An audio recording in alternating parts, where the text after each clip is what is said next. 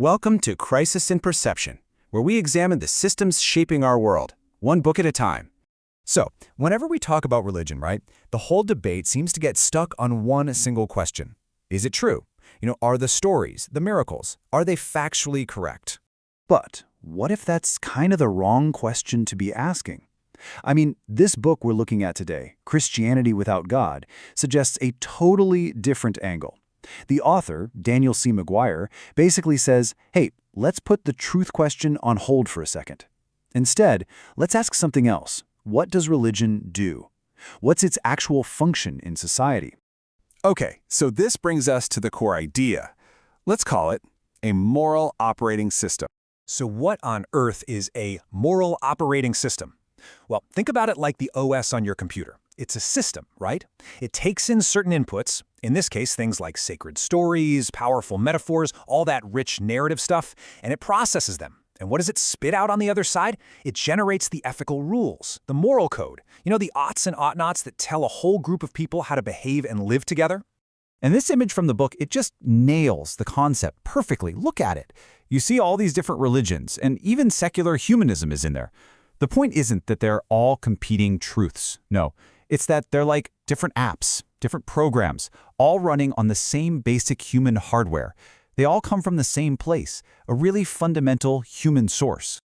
All right, which leads us to the next logical question. What's the source code for this operating system? Let's talk about the source code of a way. So, if the source isn't some divine being handing down rules from on high, then what is it?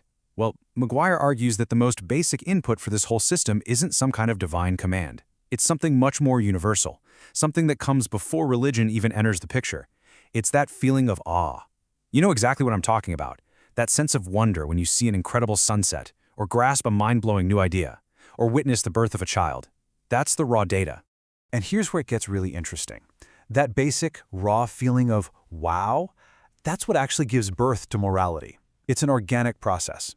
When you experience something as truly awesome, as beautiful and valuable, you get this instinctive feeling, right?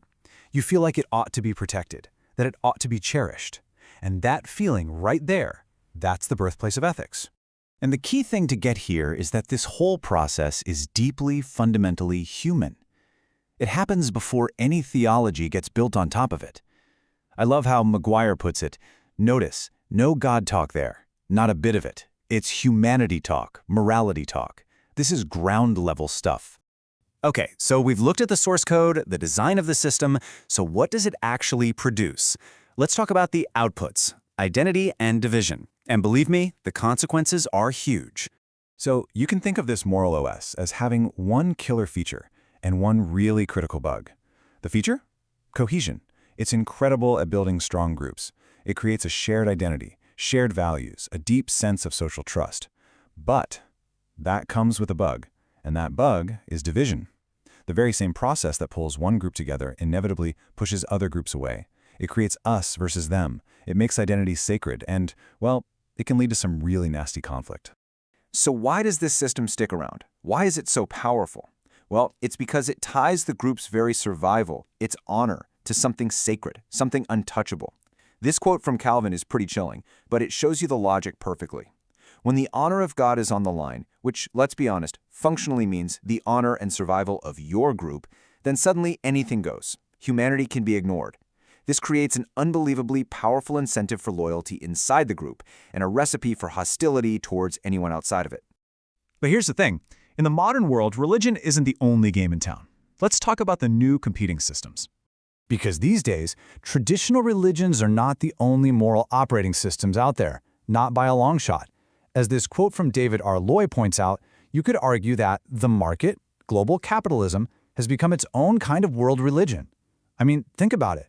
It has its own worldview, its own set of values, its own commandments that pretty much dictate how we should live, all centered around consumption and growth. And look, none of these systems, not religion, not the market, exist in a bubble. They're in a constant conversation with our culture. They're always evolving. Culture shapes its gods and its economic systems, and at the same time, those systems turn around and shape the culture. It's a two-way street. Which brings us to a really crucial point. We have this tendency, especially in the West, to think of religion as something totally private, right? Just a personal belief. But if that's the only way we look at it, What other powerful public systems are we completely missing?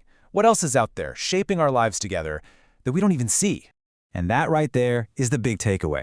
To treat religion as only a private belief, well, that's a crisis in perception. It's a fundamental misunderstanding of what it does.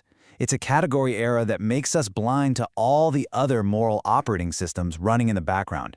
Systems like the market or powerful political ideologies that are very publicly programming our values and steering our society, whether we realize it or not.